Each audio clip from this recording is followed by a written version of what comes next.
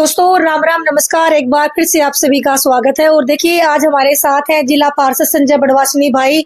संजय बड़वासनिया की बात करें, बिल्कुल बहुत सीधे साधे सरल स्वभाव के नेता जो है रहे हैं संजय भाई। और कांग्रेस के सच्चे सिपाही इनको हम कह सकते हैं। लगभग 17-18 साल से कांग्रेस पार्टी में है और वहीं पर जमे हुए हैं और एक मजबूत विपक्ष के तौर पर लगातार जनता की आवाज उठाते हुए नजर आते हैं। तो आज इनसे तीखे सवाल रहेंगे कांग्रेस पार्टी को लेकर के। संजय भाई, आपका हमारे चैनल में स्वागत है। राम राम बहन जी, और मेरा सभी MPR24 के सभी दर्शकों को मेरी हाथ जोड़कर राम राम जी। बहन जी, संजय भाई, मेरा पहला सवाल रहेगा, कांग्रेस खुद को जनता की पार्टी कहती है, लेकिन जनता बार बार आपको नकार रही है। क्या जनता गलत है या आपका रास्ता गलत है? आप देखिए, कांग्रेस पार्टी का एक शुरू से ही नारा रहा है, कांग्रेस का हाथ गरीब के साथ, सभी के साथ। और कांग्रेस पार्टी ने हमेशा जनहित के लिए, हर समाज के लिए काम किया है। और अब की बार भी कांग्रेस की सरकार बननी थी, कुछ निर्णय जो भी होया, लेकिन वो जनता ने लास्ट मोमेंट में जिस तरीके से वो करया, बहकावे माए भाजपा ने जो अपने समझ बाग दिखाए, लोगों ने सोचा हो सकता कुछ करेंगे, लेकिन अब की बार लोगों ने देखा तीसरी बार जो भाजपा ने जो भी वादे किए थे सारे हवा हवाई हुए हैं। एक भी वादा उन्होंने जमीन स्तर पे कोई भी पूरा नहीं किया जी। क्या कांग्रेस बिना गांधी परिवार के खुद खड़ी नहीं हो सकती? नहीं, गांधी परिवार का योगदान रहा है, चाहे देश की लड़ाई के लिए रहा है, वो एक नेतृत्व की बात हो है। और नेतृत्व गांधी परिवार के रग रग में है। और राहुल भाई जिस तरीके से आवाज उठा रहे, पूरे देश की जनता की आवाज उठा रहे, चाहे किसान की है, मजदूर की है, व्यापारी की है, लगातार सड़कों पर उतर रहे हैं और हर प्रदेश में जाके और जो भी समस्या है उसको जमीन स्तर पर करे है।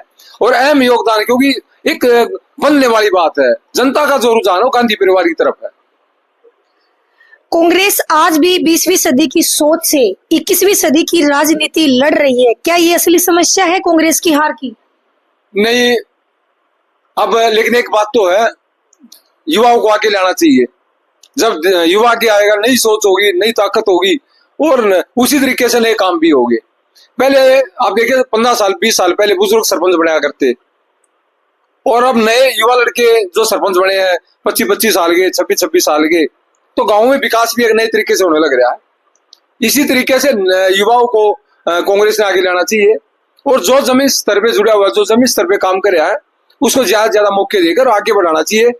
और मैं तो ये कह रहा हूँ, आम परिवार के जो भी मेहनती है, जो गरीब परिवार से है, जो जमीन से जुड़े हुए हैं, जो जमीनी रूपरेखा के बारे में उससे जानकारी है, वाकिफ है, उन्हें आगे लेकर आना चाहिए।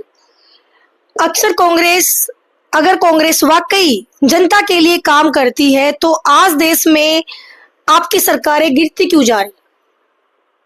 ऐसा है, कांग्रेस पार्टी ने हमेशा से ही जमीनी स्तर पे काम किया है, हर आदमी के लिए काम किया है। आज भ्रष्टाचार, बेरोजगारी, महंगाई और गुंडागर्दी दिन प्रतिदिन बढ़ रही है। आप भी देखिए, रोजाना फिरौतियां मांगी जा रही है, रोजाना हत्याएं हो रही है, रोजाना रेप की घटनाएं बढ़ रही है और सबसे ज्यादा भ्रष्टाचार कई गुना बढ़ा हुआ है। इन्होंने क्या किया, एक माहौल ऐसा पैदा कर दिया जो जात पात का, धर्म का, उसमें है ना, लोगों को विकास की बजाय जात पात पर धर्म पे लाके खड़ा कर दिया। और कहीं ना कहीं लोगों को जागरूक होना पड़ेगा, जात पात धर्म से ऊपर उठ के देश के विकास के लिए, प्रदेश के विकास के लिए कार्य करना होगा। बात करते हैं घोटालों की। कांग्रेस जब भी सत्ता में आती है घोटाले की चर्चा में क्यों आती है? क्या ये महज इत्तेफाक है? ये एक माहौल पैदा किया गया था और एक भी घोटाला इन्होंने आज तक उजागर नहीं किया। क्या उन नेता को गिरफ्तार करते हैं? अगर उस टाइम पे इन्होंने कहा फलाने ने ये घोटाला किया, ये घोटाला किया, आज वो घोटाले कहाँ गए? और ईडी का ये उपयोग दुरुपयोग कर रहे हैं। कोई भी आदमी अगर इनके खिलाफ बोलता है, उसके खिलाफ मुकदमे दर्ज करवा देते, झूठे मुकदमे करा है। मेरे को भी कई बार धमकियां दी गई है झूठे मुकदमे फंसाने की, लेकिन जनहित के लिए मैंने सर्वोपरि है, जनता के हित के लिए अगर जेल में जाना हो तो जेल में जाने के लिए भी तैयार है, हम पीछे नहीं हटेंगे। और इन्होंने एक माहौल पैदा किया गया था जानबूझकर, और उस माहौल की वजह से लोगों को भ्रमित किया गया। आज कहाँ गए वो भ्रष्टाचार के मुद्दे? और भ्रष्टाचार तो अब हो रहा कई गुना। तो क्या आप पर जो घोटालों के आरोप लगे आपकी पार्टी पर, उनकी क्या कांग्रेस पार्टी सार्वजनिक रूप से समीक्षा करने के लिए तैयार है? अब देखिए, 11 साल से इनकी सरकार है। 11 साल में अगर मान ले वो घोटाले हो रहे थे, उनको उजागर करते, उन नेताओं को जेल में करते। हम तो देश हित की बात करें, अगर कोई भी दोषी है उसको भीतर घेरो, लेकिन उसकी निष्पक्ष जांच होनी चाहिए। अब 11 साल में जांच नहीं कर पाए तो दोषी कौन है? तो इसे लगता है जनता को भी पता लग चुका है भाई झूठे वायदे हैं, इन्होंने झूठे जो आरोप प्रत्यारोप लगाए थे और एक भी आरोप प्रत्यारोप इन्होंने साबित नहीं किया है। आपकी सरकार लगातार भ्रष्टाचार पर भाषण देते हैं, लेकिन क्या कांग्रेस अपने पुराने दाग धोने के लिए तैयार है? अगर कांग्रेस पे कोई भी दाग है, कोई भ्रष्टाचार का आरोप है, तो हम तो कह रहे उसको अंदर करो, जांच हो, निष्पक्ष जांच हो, जनता के सामने लाया जाए।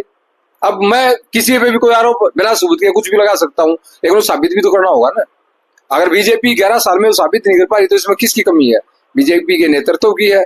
और जिस तरीके से आरोप प्रत्यारोप लगाए गए थे उनको साबित तो बीजेपी ने करना है ना। अभी तक बीजेपी ने बता किसका घोटाला, वो कह दे फाइल बना दी ईडी का, वो दिखा दिया और धमकियां दे दी, वो डराने का काम ये कर रही है। और जानबूझकर कोई भी अगर विपक्ष का नेता इनके खिलाफ आवाज उठाता है तो उसको ये दबाने का काम करते हैं।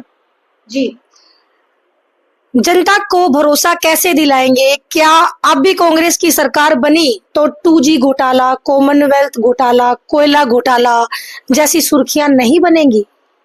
अब देखिए, कांग्रेस की सरकार आएगी, लाजमी आएगी। लोगों ने 11 वर्षों में बहुत कुछ देखा है, वादे देखे, विकास की बजाय धर्म के नाम पर इन्होंने बिगाड़ने का काम किया है। और जनता ने भी पता लग चुका है भी कोई जो आरोप थे वो अगर साबित करते उस चीज का था, अगर एक आध घोटाला था, वो उस नेता के खिलाफ कार्रवाई हुई है, कार्रवाई हुई तो उसको हम देख रहे उसको अंदर डाल लो। और नई सोच के साथ, नए देश के विकास के साथ हम आगे बढ़ने के लिए तैयार हैं। और कांग्रेस पार्टी हमेशा से ही देश के विकास के लिए अग्रिम रही है। और आगामी जो सरकार का आगे भविष्य रहेगा, कांग्रेस अगर सत्ता में आती तो देश हित के लिए कार्य करेगी। चलिए अगला सवाल लेते हैं। कांग्रेस हर बार गरीबी हटाओ कहती है, लेकिन क्या अब गरीबी हटाने का नारा सिर्फ जुमला बन चुका है? अब देखिए, कांग्रेस पार्टी ने हमेशा गरीब आदमी के साथ काम किया, कांग्रेस हाथ गरीब के साथ। और एक चीज बताओ, जनता क्यों हाथ छोड़ देती है कांग्रेस का, ऐसा क्या है? मैं आपको बता रहा था ना पहले ही, वो धर्म पे, जात पात पे, हिंदू मुस्लिम करके इन्होंने एक माहौल पैदा कर दिया। लोगों ने विकास की बजाय सिर्फ धर्म को देखा, भाई इनके आने से क्या होगा, वो एक गुमराह करने वाली बात थी। जबकि कांग्रेस ने हमेशा 36 बिरादरी का और सभी धर्मों का आदर किया। कभी भी कांग्रेस के टाइम में ऐसी बात नहीं आई किसी धर्म का अनादर होया हो, सबको साथ लेकर चले हैं। और ऐसी कोई भावना नहीं रही अगर भाई किसी एक धर्म के प्रति रही हो। इन्होंने एक माहौल पैदा कर दिया, हिंदू मुस्लिम का, जात पात का, भाई को भाई से लड़ाने का काम किया। और वो माहौल की वजह से ही ना हरियाणा में जो थोड़ी बहुत पूरे देश में दिक्कत आई, लोगों में एक नई सोच की इन्होंने कोशिश करी और उसको माइंड वॉश करने की। लेकिन देश की जनता और प्रदेश की जनता अब समझ चुकी है भाई धर्म पर, भाईचारे पर नहीं लड़ना, हमने विकास के मामले पर लड़ना है। लेकिन सर, जब देश आजाद हुआ तो कांग्रेस पार्टी की बात करें, सबसे बड़ी जो है पार्टी भारत में रही है और लगभग 60 साल के लगभग जो है आपकी पार्टी ने, कांग्रेस पार्टी ने राज भी किया। लेकिन लगातार इन पर आरोप लगे हैं कि मदरसे ज्यादा बनाए जा रहे हैं और दूसरे धर्मों को ज्यादा, वो चर्च ज्यादा बनाए जा रहे हैं, इस तरीके के आरोप लगातार लगे हैं। मंदिर तुड़वाने का कार्य जो आरोप जो कांग्रेस पार्टी पर लगे हैं, सेना को कमजोर करने के आरोप कांग्रेस पार्टी पर लगे हैं, और एक तरफ विपक्ष में बैठे तो लगातार आरोप बीजेपी पार्टी पर लगाते। क्या कहना चाहिए? भारत एक लोकतंत्र देश है और इसमें सभी धर्मों का हमेशा आदर हुआ है। और कांग्रेस की सोच भी रही है सबको, सबका साथ सबका विकास, और हमेशा से ही सभी धर्मों का आदर किया है। कभी भी इस तरह की कोई भावना नहीं रही है किसी धर्म के प्रति। और अब वो लोकतंत्र में सबको अपनी आस्था के अनुसार पूजा करने का, अपने अनुसार कार्य करने का, बोलने की आजादी, सारी चीज है। तो अब अपना सबका है, जो जिस धर्म का वो अपने धर्म की पूजा करेगा। वो आज भी वो था, लेकिन इन्होंने एक माहौल इस तरह का क्रिएट कर दिया कि भी लोगों को दिखाने के लिए। आज नहीं मस्जिद है, आज भी मस्जिदें बनने लग रही है, आज भी गुरुद्वारे बनने लग रहे हैं, आज भी मदरसे और जो चर्च बनने लग रही है। अब कौन सा रोक रखी है? लेकिन हमें चाहते हैं, हम सभी धर्म का आदर करते हैं, सभी को साथ लेकर देश के विकास के लिए आगे बढ़ना चाहिए। देश में महंगाई, बेरोजगारी और किसानों की हालत पर आप लगातार सरकार को घेरते हैं, लेकिन कांग्रेस शासित राज्यों में हालात अच्छे क्यों नहीं है अभी भी? अब देखिए, हम तो हरियाणा की बात करेंगे। हरियाणा के अंदर जो भ्रष्टाचार है, बेरोजगारी है, महंगाई है, जो अपराधीकरण बढ़ रहा है, बहुत बुरा हाल है। 10 सालों से बुरा हाल तो इस 1 साल के अंदर हुआ है, जब से सैनी सरकार आई है, सैनी साहब सीएम बने, उसके बाद तो बहुत बुरा हाल हो गया है। और आप देखिए, रोजाना 15 से 20 मर्डर के पूरे हरियाणा के अंदर रोज खबर छप रही है। सोनीपत में भी रोजाना 2-4 मर्डर हो जाते हैं। और जो बेरोजगारी है, बेरोजगारी भी चरम सीमा पर है। युवा आज बेरोजगार हो रहे हैं, अपराधीकरण बढ़ रहा है, फिरौतियां मांगी जा रही है, और आम आदमी आज सुरक्षित नहीं है, बहन बेटियां सुरक्षित नहीं है। तो उस माहौल के लिए कहीं ना कहीं भाजपा सरकार जिम्मेदार है। सर, कांग्रेस के पास क्या अब भी विकास का विजन है या सिर्फ भाजपा विरोधी एजेंडा है? कांग्रेस के पास विकास का विजन है और कांग्रेस की सरकार आएगी तो आप देखना, हमारा तो जो हमने काम करे तो इन पर पूरे अब तक नहीं हो लिए। तो जो अब आप अस्पताल की बात देखिए, आप खानपुर था या सोनीपत है, सामान्य अस्पताल है, क्या व्यवस्था है, बिल्कुल खत्म कर दिए गए हैं। और प्राइवेट अस्पतालों में लूट मची हुई है। स्वास्थ्य के नाम पर भाजपा के टाइम में कोई भी काम नहीं हुआ। आज आदमी बेबस है, प्राइवेट अस्पतालों में लूट मच रही है और खुलेआम लोगों को लूट रहे हैं। कहाँ की व्यवस्था है? युवाओं की शिक्षा का देखो निजीकरण हो चुका है। प्राइवेट स्कूलों ने, प्राइवेट कॉलेजों ने ऐसी व्यवस्था कर दी, आम आदमी का, गरीब परिवार का बच्चा पढ़ने में भी आज निष्फल है। और अगर किसी ने पढ़ना तो कोई मकान या घर बेच के अपने बच्चों को पढ़ाएगा। आप लगातार सत्ता पक्ष पर आरोप लगाते हुए आपकी पार्टी जो है नजर आती है और लगातार जनता के विकास की बात करती है। क्या आपकी पार्टी के पास जन विकास का कोई ठोस एजेंडा या ब्लूप्रिंट है जारी करने के लिए? बिल्कुल है। वो तो देखो, जब टीम है जो हमारी हरियाणा की, उस टाइम भी अपना हर पार्टी का अपना चुनाव के टाइम में अपना लाके एजेंडा ले देते हैं। और जो चुनाव का हमारा भी था, अगर भाई सरकार आई तो हम इस तरीके से अपना घोषणा पत्र जारी किया था, उस तरीके से हम काम करते।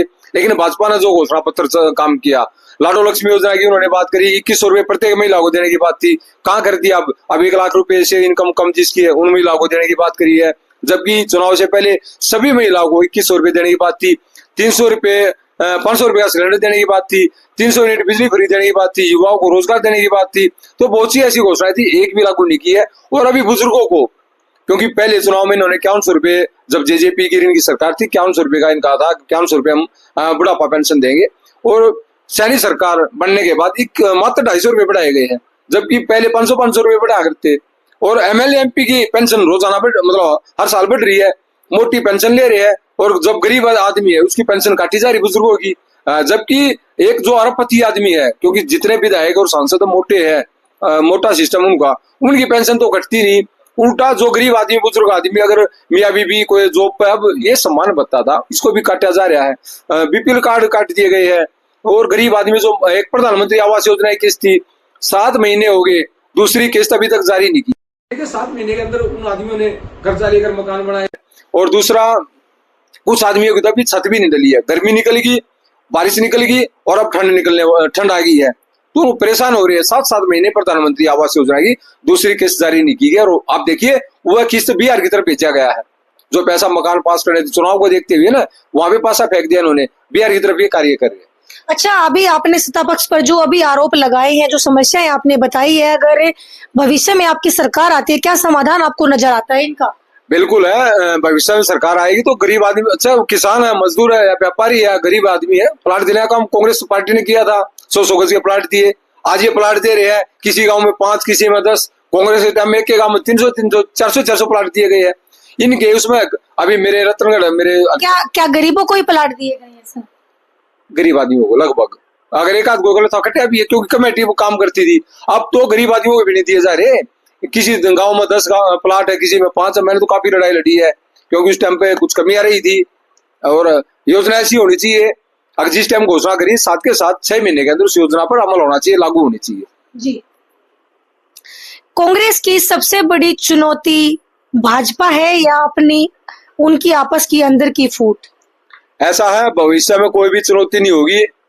भगवान ने चाहा तो जनता के सहयोग से, आशीर्वाद से कांग्रेस अब की बार सरकार बढ़िया बनाएगी और बहुमत के साथ कांग्रेस सरकार में आएगी। भाजपा का चेहरा तो लोगों ने देख लिया है, तीसरी बार दाव पैच। आप देखिए, प्रदेश का मुख्यमंत्री वो बना जिसकी घरवाली जिला परिषद चुनाव में 4थे नंबर पर थी। अब आप देखिए, जो हल्के में ही 4थे नंबर पर था, तो भाग्य की बात थी। सीएम का जो ठीक है, उनके भाग्य में लिख रखा था, हम उसकी वो कर रहे हैं।